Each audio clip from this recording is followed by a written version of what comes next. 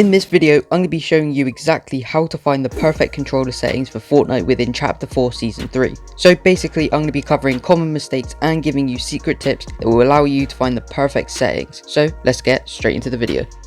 So there isn't necessarily a perfect sensitivity that works for everyone, which is what makes finding one so hard. But where should you start? And in my opinion, the best way to start is to do either of these two things. First is copying pro players' settings. And yes, you've probably heard that this is a bad thing to do, and it is right to an extent. Because if you just copy a pro player's settings, you aren't necessarily going to become just as good as them. But what copying their settings can do is give you a rough idea of what settings you like and which ones suit your playstyle. So all in all, I would recommend you try out at least 3 to 5 pro players settings and find the one you like the most to use as a base for your settings. But if you still can't find the perfect ones from this method, I have created a custom template to use as a starting point to find your perfect settings. The template is on screen now. So you may be wondering whether you should use linear or exponential, and this is all personal preference.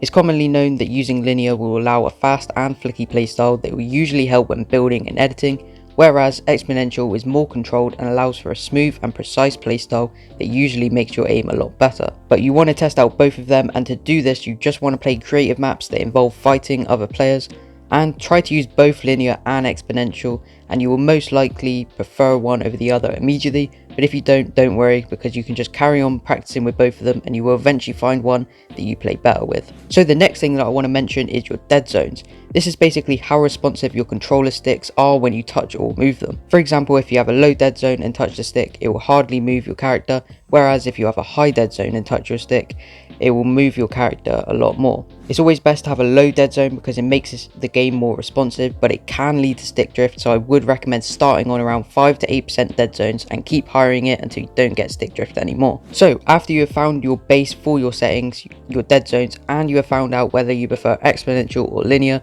you want to do this. So you want to hop into creative maps, either 1v1s or free build maps, and just test out these settings. And then from there you just want to adjust them to your liking. When you're adjusting your sensitivity, I would recommend only to adjust your sensitivity by a couple % each time.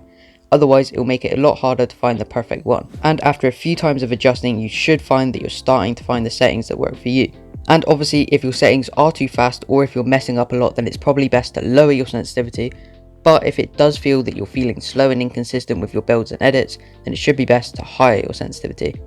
To find the best aim settings, you want to just be playing against someone in the 1v1 map, or just any map that involves fighting other players, and do the exact same thing, just highering and lowering the sensitivity until it feels right for you. Now, after you have done this, you want to make sure that you are not making this mistake that I see a lot of people doing, and this is also something that I did when I tried to find my first settings, and this is to change them too much. In my opinion, once you have found the settings that are almost right, the reason why they don't feel perfect yet is because you haven't practiced enough with them.